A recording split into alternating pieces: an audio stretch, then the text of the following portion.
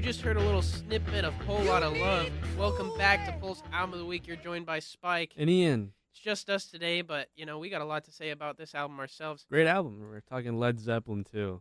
The Yep. best one in my opinion. I think it's the best one. That's really debatable, but I just think it's the strongest one overall. Like Led Zeppelin 4, that's got Stairway to Heaven. That one's pretty great. Led Zeppelin 1, that's got Dazed and Confused. That was Dazed and great. Confused. I love Dazed and Confused. Led Zeppelin 3 not as strong, but it's got Tangerine, so makes up for it. I mean, it's not as strong. I think it's the weakest of the four, but I'll still listen to it. Yeah, I mean it's Led Zeppelin. Who's not gonna listen to it? But man, I love this album. This one's definitely on top for me. I think the set list is just strong throughout, and we're starting with a banger, Whole Lot of Love. That's got to be the biggest Led Zeppelin song of all time. Yeah, I mean one of the greatest, or one of the most, I guess, biggest songs of all time as well, just in general. Just in general, yeah. I mean, like this is one of those songs you hear constantly. That 5-note guitar riff is stuck permanently in my head. It's just like permanently in my head because I remember being very young, and my dad heard this on the radio, and he would just speed up, dude. He went from like 30 to 70. Oh my god, this is one of those like road trip songs. Like it turns on, you better be careful not to let your foot hit the floor. You know what I'm saying? Like, This turns on. Make sure there's no police around, dude. Okay. yeah, this entire album. Oh my god, don't put this on a road trip. Trust me, you will get pulled over. It's like going 130 the entire way through this album. Yeah, whole album is just arrest material. But this album is great. This one's my personal favorite. I really grew up listening to this one more than the rest of them. The first album was a lot of like, I don't want to say R&B, but there's definitely a lot of beat, a lot of blues involved, a lot of, like I can hear a lot of B.B. King and that kind of stuff had a big influence on it. And they really kind of went more rocky with this second album, and I think it's more of like the classic Led Zeppelin sound. Yeah, it reminds me a lot of the Black Sabbath. Sorry, I have trouble pronouncing that sometimes. Black Sabbath, self-titled. You're talking the first album? Yeah, the first one. Yeah, no, I agree, definitely. Like, there's lots of influences of blues and, R&B a little bit, but, just like Black Sabbath did, they kind of went more rocky, a little heavier with their next couple of albums. I think this actually predates Sabbath by a couple of months, if I'm correct. Well, this came out in October 22nd of 69. I forget when the Sabbath album came out. Sabbath was 1970. Was it 70? I thought it was 69. No, I thought it was 70. I mean, hold on, let me look this up because I was under the opinion that it was 1970. It was around the same time. A lot of great music came out around this time. It was really the turn of the turn of the times. All the stuff going on in the 60s and stuff, and the turn from 69 to 70 was just a big year.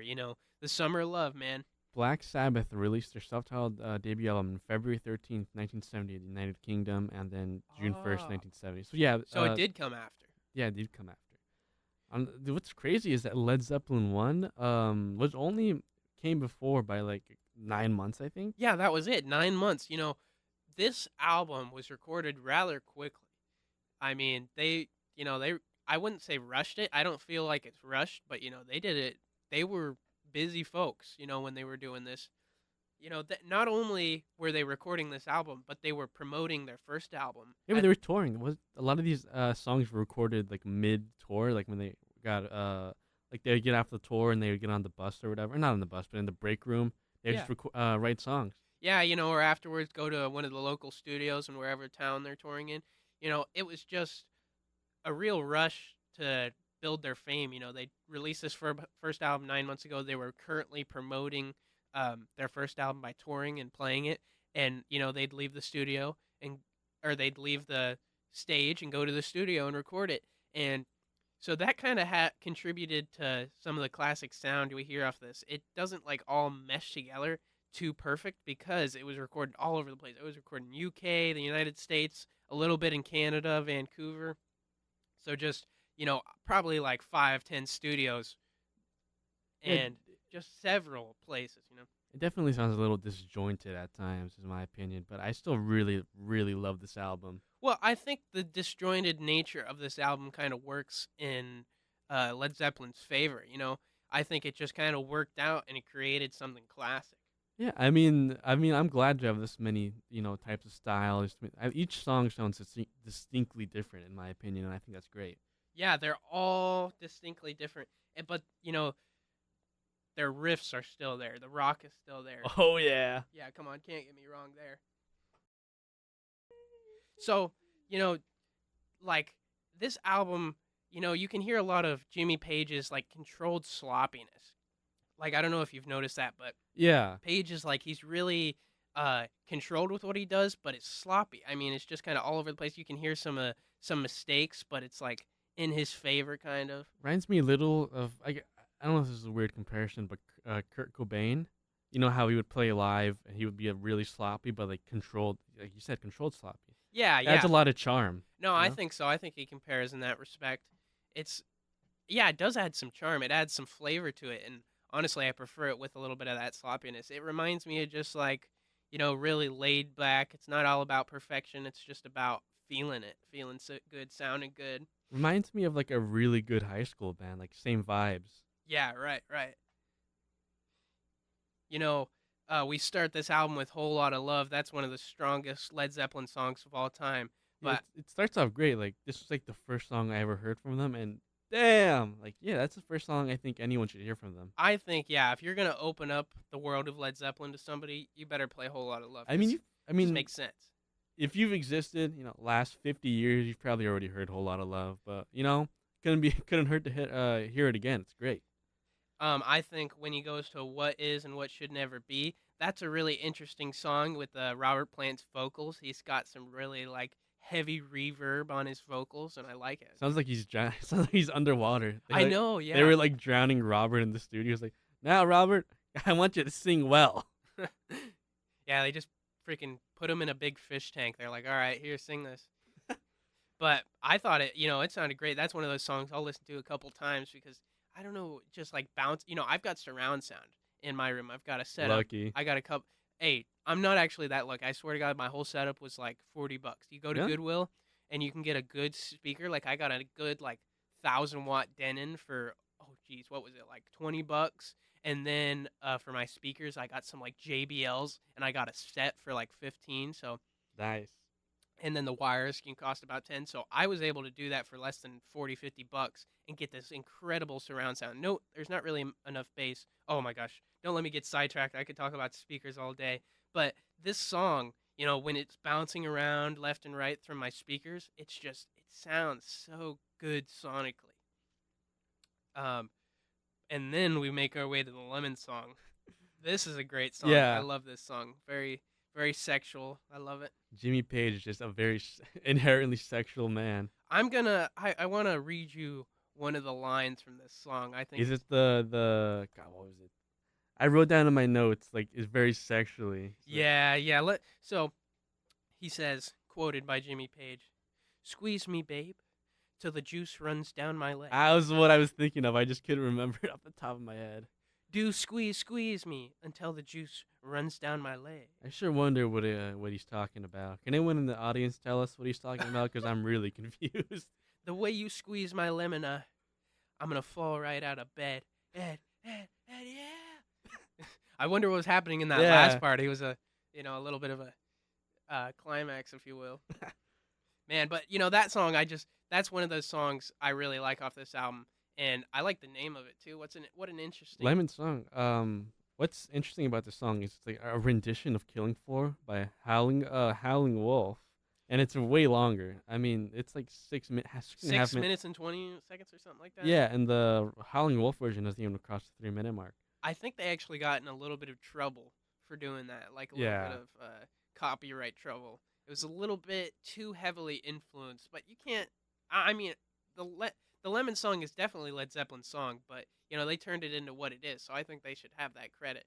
But yeah, no, they definitely copyrighted a little bit of that. A little bit of copyright, but who doesn't in a while, once in a while? Hey, it makes sometimes you got to create something truly perfect and Yeah. great.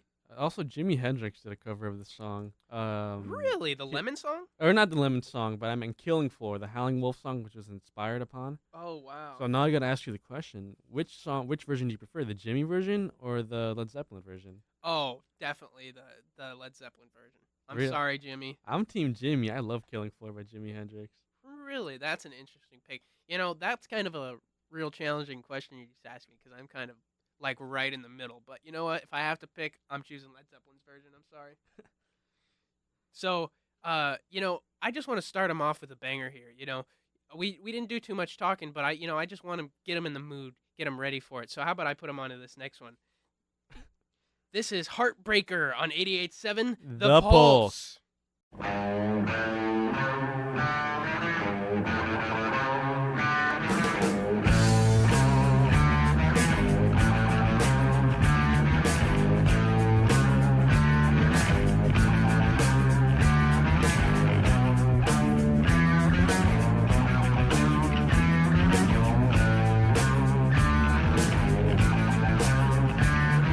Hey fellas, have you heard the news? You know that Annie's back in town.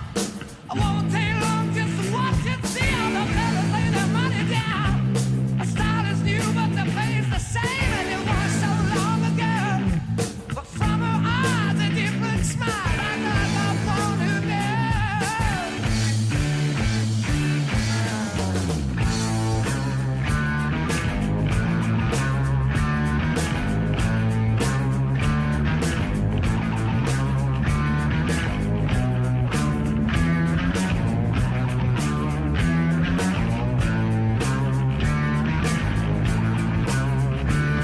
Well, it's been 10 years or maybe more since I first set eyes on you.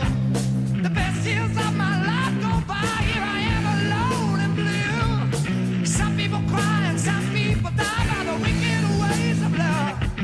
But I just keep on rolling along with the praise from the Lord above. People talking all around about the way you left me flat. I don't care what the people say, I know where their job is at. One thing I do have on my mind, if you could clarify, please do. It's the way you call me another guy's name, but I try to make love to you. I try to make love, but ain't no use. Give it to me. Give it.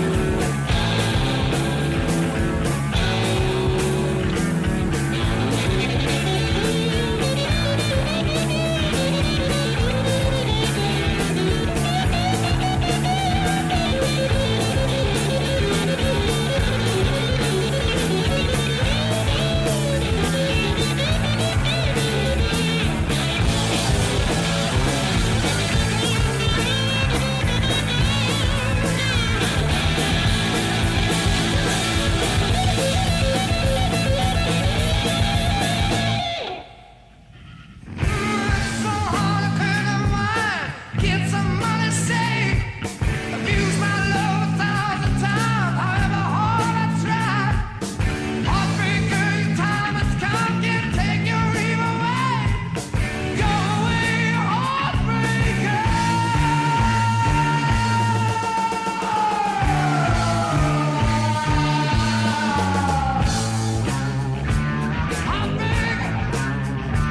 Heartbreaker. All right, that was Heartbreaker on 88.7 The Pulse. That one's got a classic heavy riff right there. That one, I love that riff right there. Yeah, I mean, one of the greatest riffs ever, in my opinion. I mean, You show anyone this riff, and they're gonna be entranced. Yeah, this is riff that, like if it comes on when I'm in the car, I just kind of like I'm speeding. nearly crash the car. I'm speeding. I don't know what I'm doing. I'm swerving in between traffic. Listen, the best speeding music is like rock music from the 60s and 70s. You know, 80s too, I'd say.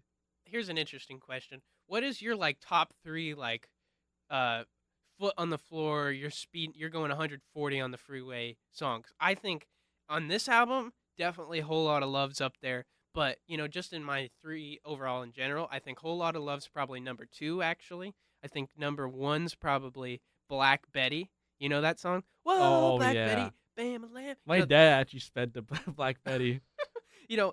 They were kind of a one-hit wonder of a band, but that song, that comes on in the car. My foot's touching the ground. Okay, and then number 3 slot. Ooh, that one's hard.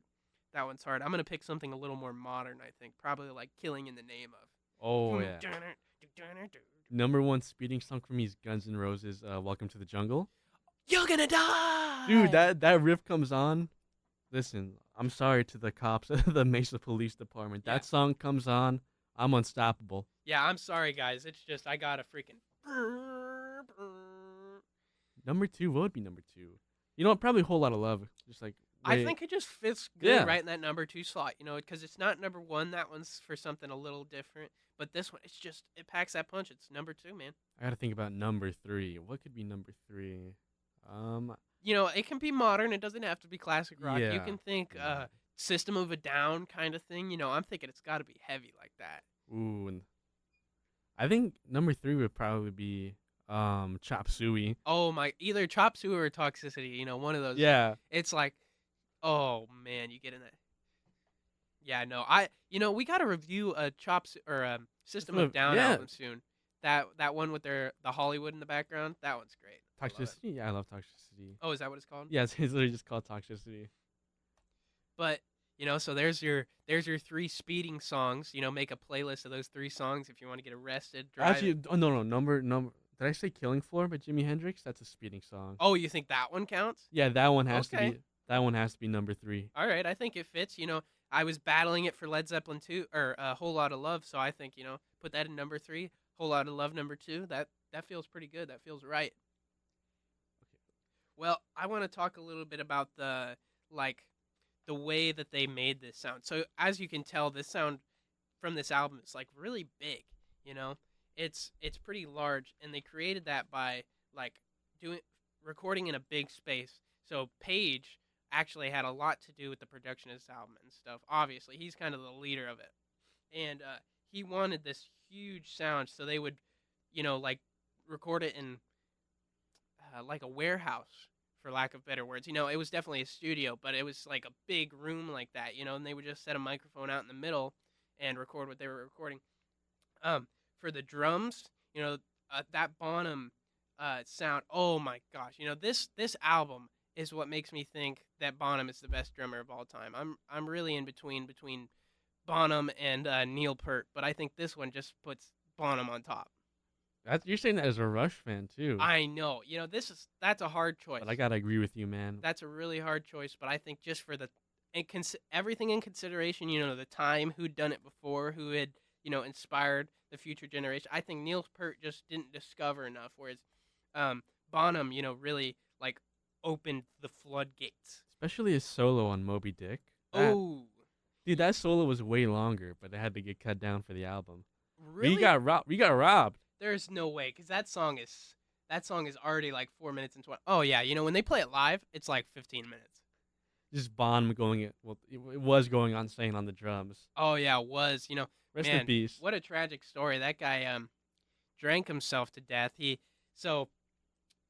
was a big drinker, obviously. He could drink more than just about anybody. And one day he would like drink before he would go to the recording studio. And he went to record some songs for, whichever album they were recording at the time, I forget.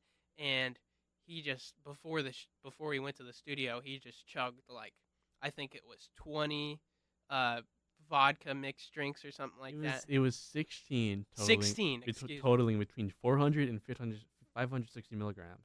Oh my god, what And was it? Was it like vodka? vodka screwdrivers. Vodka screwdrivers. Jesus, This dude. guy was chugging 16 vodka screwdrivers, and then he went into the recording studio. Got even more drunk.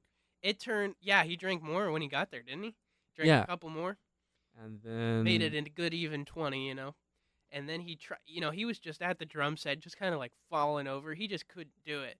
And so the producer at the time, Kramer, was just like, "All right, you gotta go home, go to bed, man." And so he went back to the house that they were all sharing at the time. The whole band was sharing a house, and went in his bed, and I think he just, you know, just died. just choked on his vomit. You know? Yeah, I believe. Surprisingly common. Yeah, you know, I've heard a lot of people do that. I'm pretty sure that's how Hendrix died. A couple, Bon Scott, that's how he died. So, you know, a lot of famous people die from choking on their own vomit. It's really unfortunate. I But mean, he was just like you know, it's the thing of the era of the time. You know, you're a rock star. You got to have this image. You drink. You're crazy. You know. yeah, it's just, you know, it's that persona that you kind of had to take on if you wanted to be a rock and roll star. Plus, you know, he was he was depressed. I think. You know, he was away from his family for a long time. He had anxiety. Oh, yeah, that's another thing to talk about. You know, he was really sad because he'd kind of had to leave his family to say because you know he was helping his father move and stuff before he left. There was a lot going on his ranch that he had. He owned a big old ranch somewhere in the UK, and he had to leave all of his family to go on tour and you know record and stuff. And it was really sad for him. You know, he was missing out on a lot of family, very important family. And you know, I think music is important, and your legacy is important, and being a rock and roll star is very important. But nothing in the world is more important than your family. Yeah. And if you don't have that, you really have nothing. Even if you're the best rock and roll drummer of all time. Yeah, I mean, he was just depressed and had anxiety, and so he would drink to kind of self medicate. Yeah, that was his form of medication, but it ended up medicating himself to death, man. Yeah. I've seen it too many times, man. You know, I hate that the rock and roll stars are so crippled and you know so held captive by this idea of a rock and roll star, and it's just like one after the other. It keeps taking these incredible people. I think at school when they would show us these anti-drug, anti-alcohol stuff, Yeah. they should have just showed us like the Wikipedia page for Jimi Hendrix and John Bonham. Oh my gosh, you know, if they just started like describing all these all of our favorite bands and just the downfall, it's like that is the real Dare right Yeah. there. Just show us. Just start talking about Lane Stanley for Alice in Chains. Oh my god. You know, speaking of Dare, wasn't that the most ineffective like Yeah. anti-drug thing that I've ever been a part of in my It life? got more people in the drugs. Like it legitimately like backfired because now more kids were aware of what drugs they could take. I remember it was like 5th or 4th grade that they would have the school cop come in and educate you, and they would have that theme song, D, I won't do drugs, A, I will. You know, remember that? Yeah, oh, dude, you just brought back so many I memories. know, not particularly good memories. No. But I remember Mr. Hopper, I think his name was. There was an iconic cop in our school. It was the one that did it for years and years. You know, my dad knew him. He worked in the school. You know, like everybody knew this guy. And he would come in, Mr. Hopper, Cop Hopper, and he would play that theme song. And I remember with a couple buddies making a little funny version. We'd be like, D, I will do drugs. A, I will do them all the time. R, I won't respect myself. E, I'll never educate me now. One of the greatest childhood pastimes is making like messed up versions of songs. I Oh don't know. my Did we gosh. all do that? I did that a lot. That was fun, you know. I'd get in the car and then I'd just annoy the crap out of my mom and dad, you know. Oh, I'm halfway there. Oh, Squidward on a chair. Just like all, you know, I can go on for years with that kind of stuff. But we're talking about Led Zeppelin. I'm sorry, let's get back into it. Come on, I got to sidetrack with Squidward on a chair. Okay. You know, Yeah. but I got a little sidetracked. Sorry, I had some good ideas. I was just talking about how they sonically made this album so big.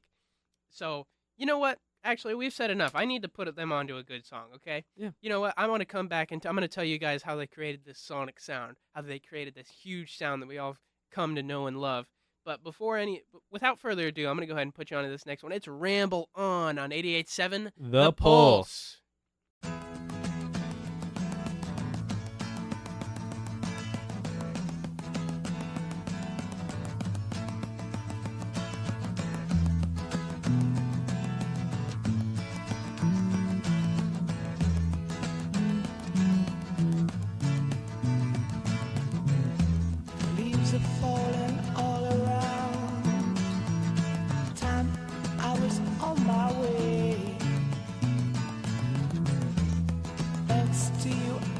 much obliged for such a pleasant stay.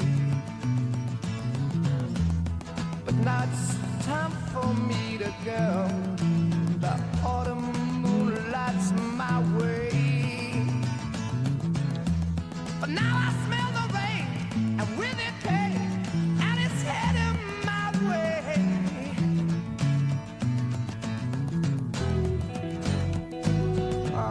Sometimes I grow so tired, but I know I've got one thing I got to do. I ramble on, and now the time is now. Sing my song. I'm going round the world. I gotta find my girl on my way. I've been this way 10 years till the day. Ramble on, I find the queen of all my dreams. Got no time for spreading rumors. The time has come to be gone.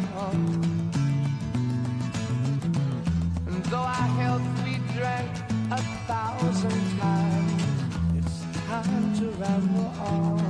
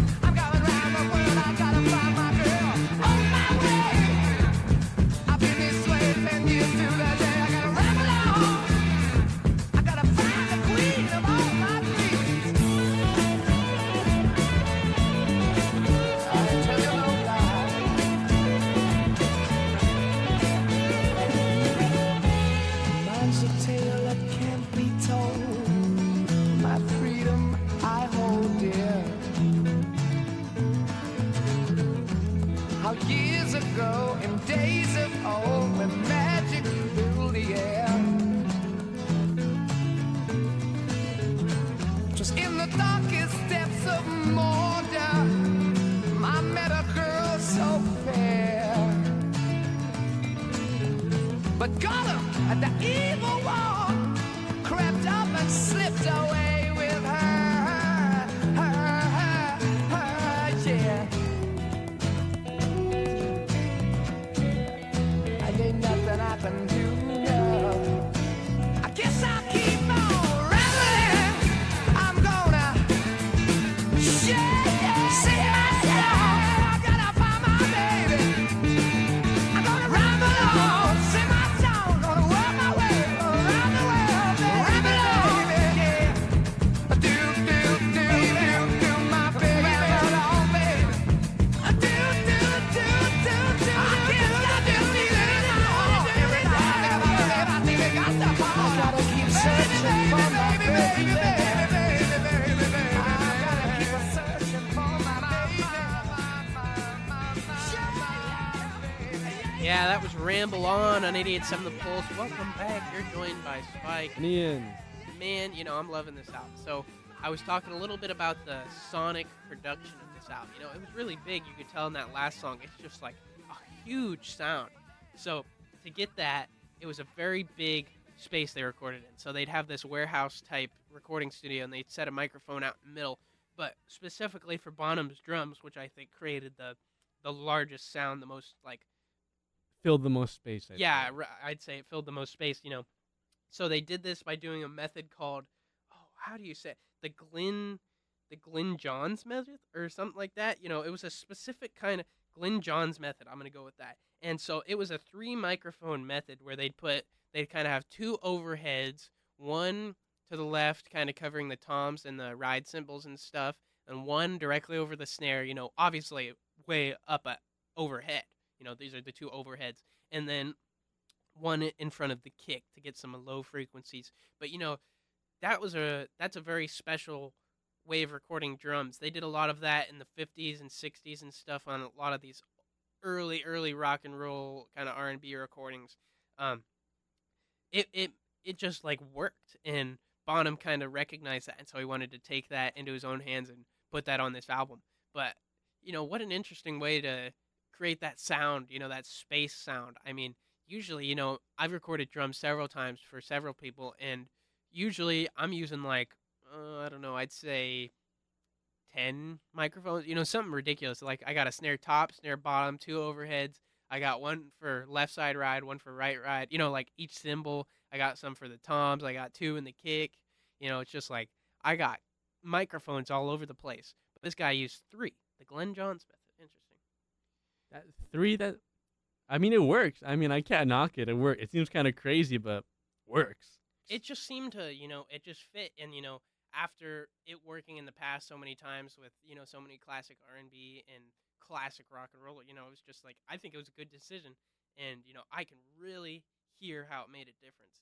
Now, let me talk a little bit about how they created the guitar spacey sound. So, Jimmy Page, um, he was a Marshall man, okay? So he was using a Marshall amp, and obviously he'd have the one microphone, very very close to the felt on there, just a classic way to mic up a guitar amp.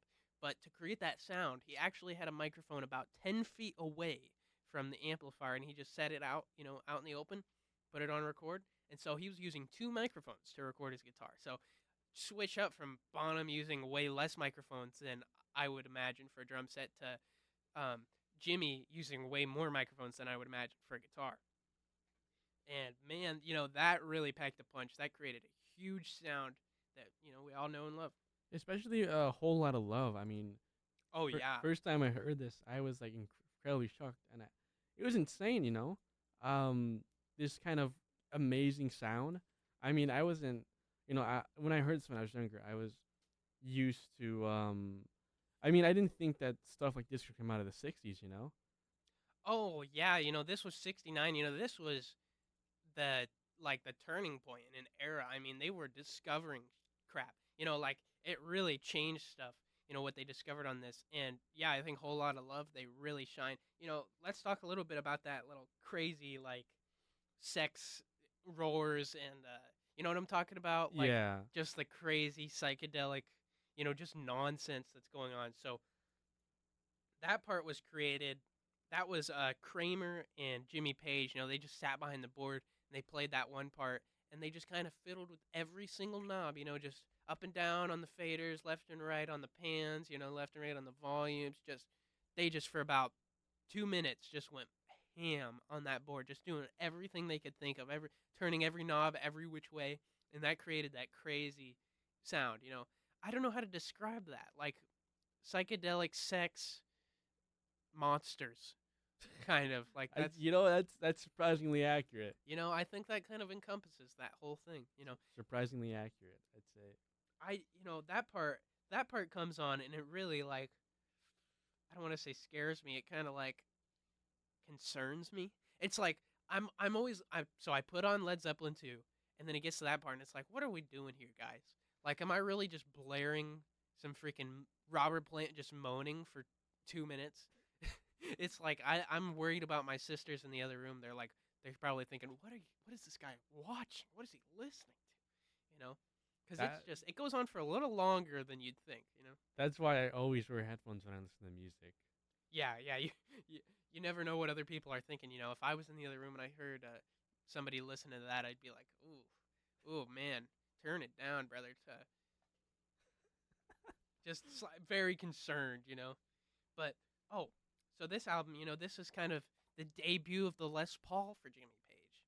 That's probably all you guys have ever really seen of Jimmy Page. Of course, his classic Telecaster, the one that he used to play with the bow, with the Yardbirds. That was actually given to him by Jeff Beck. Jeff Beck gave that to him back when he was in Really? the Yardbirds. Yeah, yeah. And that famous cool colored Telecaster.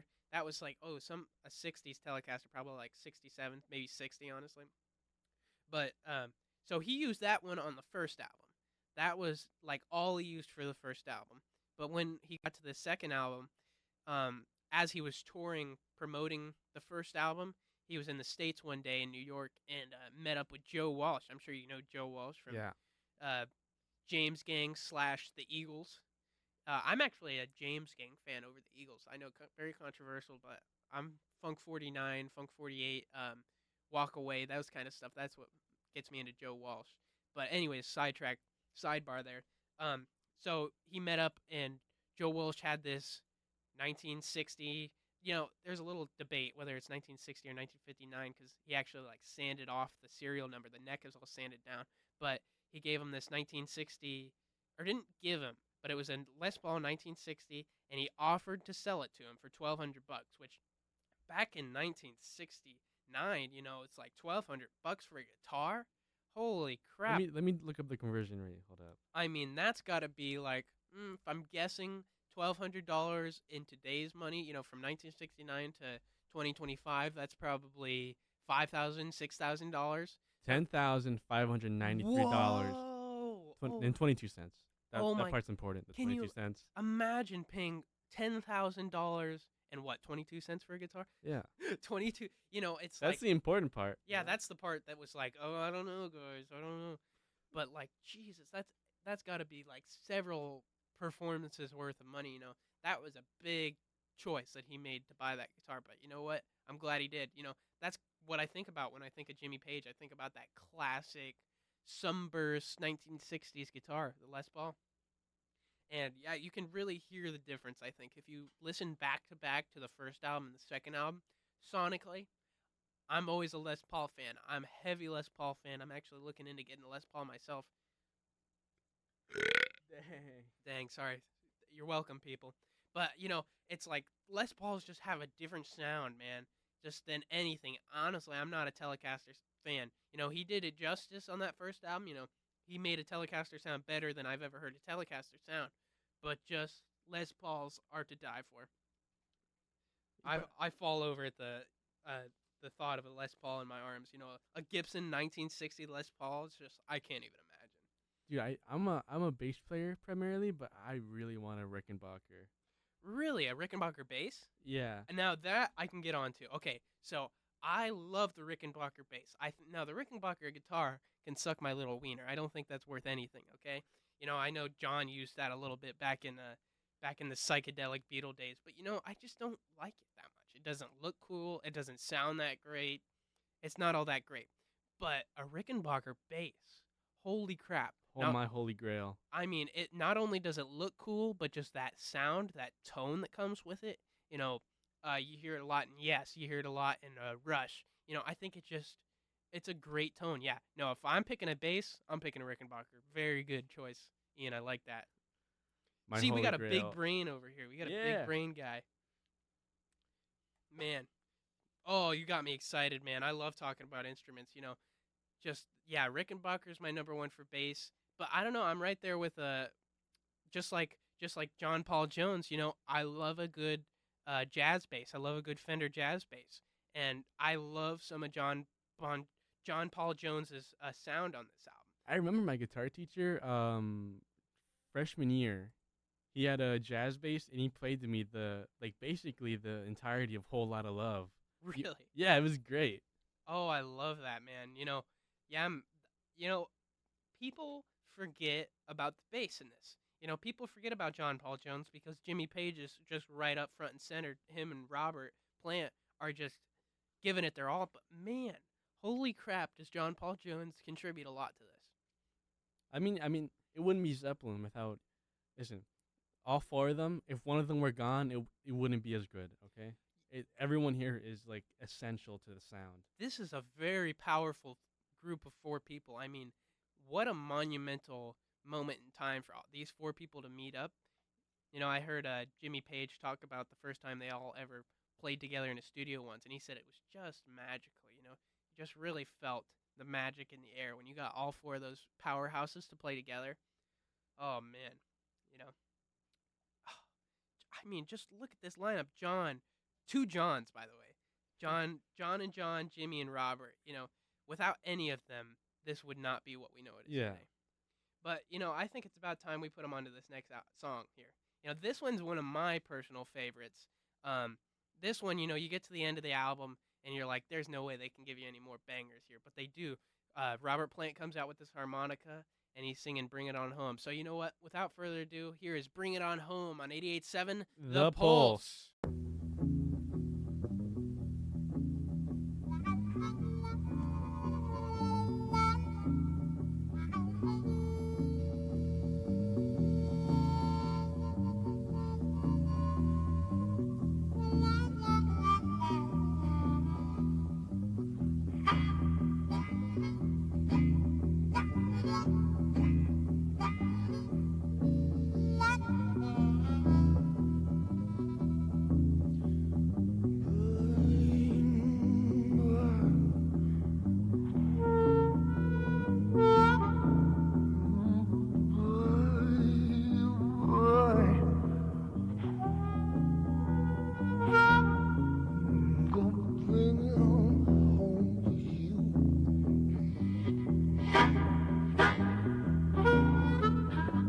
Got my ticker, got that load.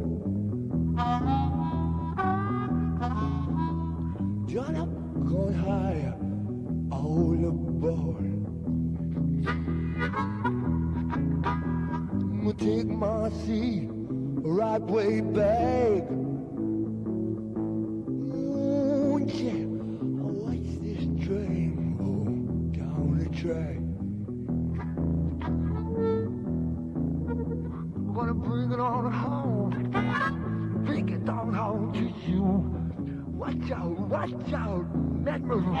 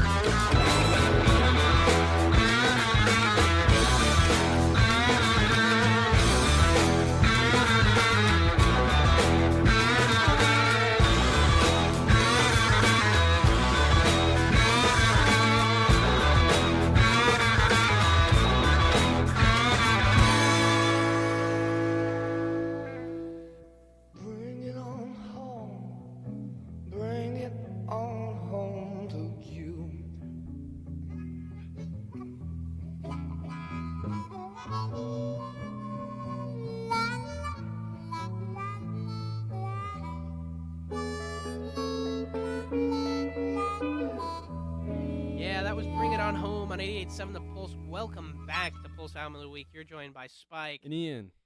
That one is one of my favorite off this album because, you know, you get to the end of the album and you're settling down. You're like, okay, all right, I just rocked my socks off. What can they bring me next?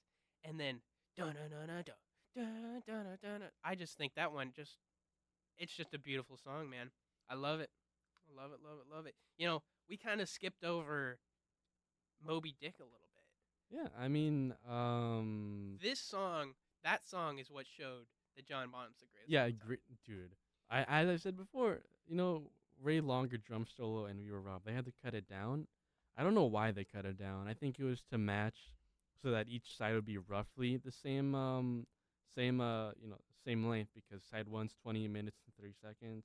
Side 2, 20 and 14. So very, very close. But man, you know, it's only a 40 minute and 44-second album. I think they could have added another 5 minutes that drum solo. I mean, I would have listened to it. Come on now. Who wouldn't have, dude? I mean, it would have fit. It's like you can fit that much on the album. Come on, just give it to me. Let's talk about Ramble. You want to talk about Ramble On? Oh, sure, let's talk about it. I mean, it was inspired a lot by Lord of the Rings. Yeah, man. Robert Plant was a big J.R.R. Tolkien fan. I Yeah. mean, yeah, it inspired like a bunch of songs, and Tolkien could have actually heard this. I don't think he did, but theoretically, he could have heard this. What do you think he would have said to this? Oh, he would have said something crazy. He was an old man, man. I mean, he died only like 4 years later after this because he was like 90. Really? I did not know that. But yeah, he could have heard this. He could have heard like the first 5 Led Zeppelin albums. Oh my God! Can you imagine J.R.R. Tolkien just like smoking a pipe, sitting down, listening to freaking Led Zeppelin 2? Wow. What we got to do is we got to go back in time and give and give J.R.R. Tolkien a copy of Led Zeppelin 2. See what he says. Yeah. Vinyl of Led Zeppelin 2, a big sack of weed, and just an afternoon. And What do you create think some he would have memories. written? Oh my God! He would have written that The like greatest book ever the made. fourth Lord of the Rings book. He would have written the greatest book ever made. Yep. Man. Yeah, Ramble On's great though. I really love the guitars in this song. Well, no- that song they actually introduced an acoustic guitar into it, so Yeah. it's a little different sonically. I like it. He used Cool. this a lot folkier. yeah, it is a lot folkier.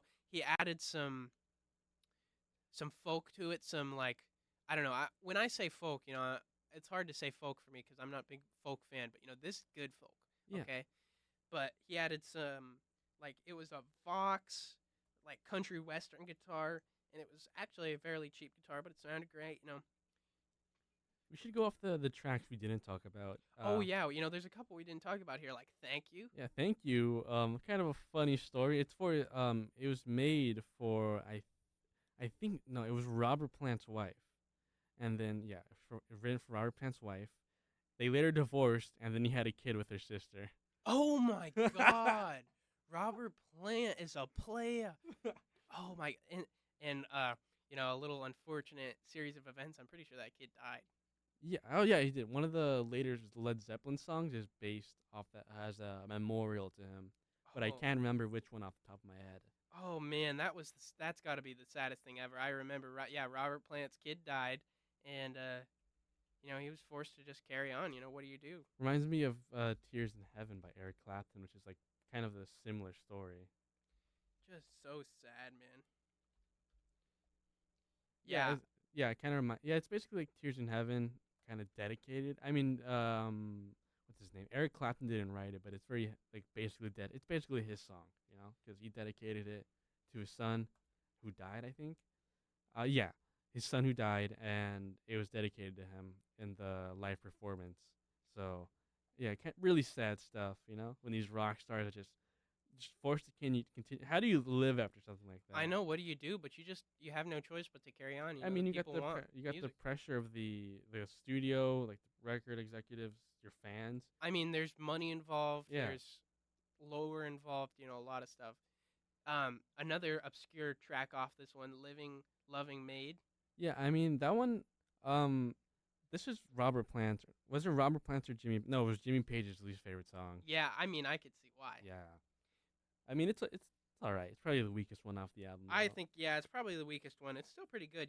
It's not a skip for me, but it's definitely the weakest one after coming from Heartbreaker and then going into Ramble On. It's It's just like kind of boring. yeah, I don't got time for that. It's like the shortest song on the album, but it feels like the longest. But do you know anything about the album cover? Album cover? No. I mean, I know that they're like German soldiers and like the. Well, it's actually from World War One. Oh, really? Yeah, it's are you familiar with Red Baron? Yeah, I am. Not the pizza, Red Baron the squadron. Yeah, Snoopy. Let's talk about Snoopy. Snoopy was one of them. Oh. I hear him and Woodstock were fighting like crazy. Oh my gosh, yeah, you've seen the picture with Snoopy wearing his freaking plane hat. Yeah, I Yep. have a plush of him on the plane hat. Fun facts. I'm telling everybody here. I was actually named after Snoopy's brother. Yes, Snoopy's, or was it his cousin? Oh, it was his cousin, I think. Yeah, Spike. No. Actually, no. It was his brother. It was his brother from Needles, California. I thought he was from Tucson. Snoopy's cousin. From I know. I swear, I thought it was from Tucson. When I was a kid, I used to always hear Snoopy's brother from Tucson, but nope, it was Needles, California. I was stumped by that. You know, I thought I knew my own origin story for years. I was telling everybody, yeah, Spike from Tucson, Spike from Tucson. Nope, I'm Spike from Needles, California. Ah, But just a little fun fact there, you know, you wonder why I got such an interesting name. It's on my birth certificate and everything. I am Spike. Spike from Tucson, Arizona. But, you know, so it was that Red Baron squadron, and they snapped a picture, and then they replaced the pilots with the members of the band, and that was the album cover. And then they also have the the Led Zeppelin from the first album. You know, like the hold on, I like the Zeppelin from the first album. Oh, right, Yeah, right. like They Led do, like the Zeppelin. actual Zeppelin. Like the actual Led Zeppelin. I mean, I'm sure everybody knows the classic story of The Hindenburg. yeah, the Hindenburg, and they said they were told that their band was going to sink like a Led Zeppelin. Well, look where they ended up, man. They took that and they freaking rolled with it, man. But I think it's about time I put them onto the classic song off this album. I think we've done enough talking. They're ready for it. All right. We need to hear a little bit, a whole lot of love on 88.7 The Pulse.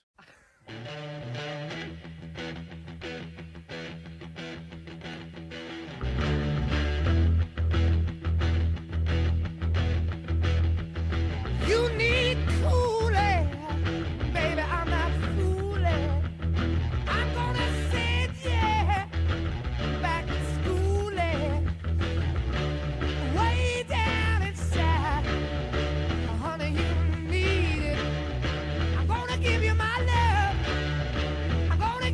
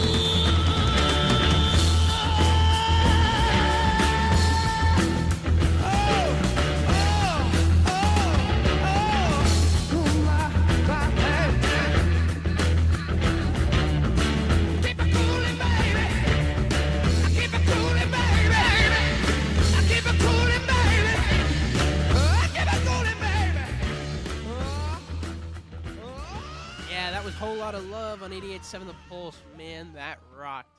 We're back, man. So, to me, this album, it means a lot to me. It's one of the most classic rock albums I listen to. When I want to listen to classic rock and roll, I put on this album, man. And it inspired me a lot, man, and had a lot of inspiration on me as far as how my personal music sounds. And so, I just thank you. Brooch, thank you. But really, thank you for giving me this album. I really appreciate it.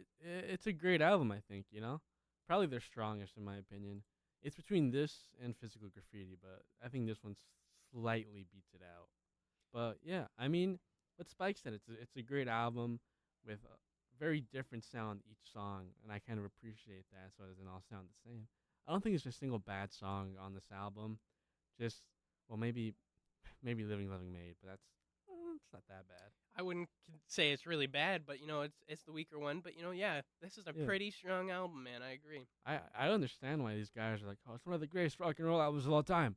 I see it, dude. I see it. Well, thank you, people, for tuning in. I really appreciate it, man. And I'll see you guys next week. We'll be talking about Jars of Flies. All right. Bye, people. Bye.